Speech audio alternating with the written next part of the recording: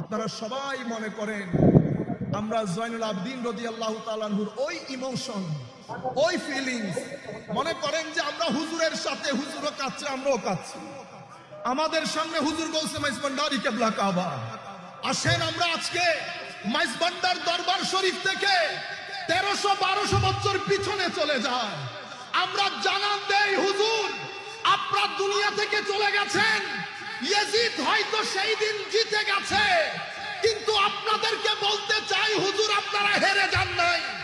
1400 বছর পরে আপনার নানার গোলামরা আপনাদের সাথে দাঁড়িয়ে আপনাদের বিজয় গান গেয়ে যাচ্ছে। জয়নুল আবেদিনরা হারে না, হুসাইনিরা কখনো হারে না। আল্লামা ইকবাল বলছেন বাত বাস ইতনা হি হ্যায়, বাত বাস ইতনা হি হ্যায়, ইয়াজিদ থা হুসেন হ্যায়।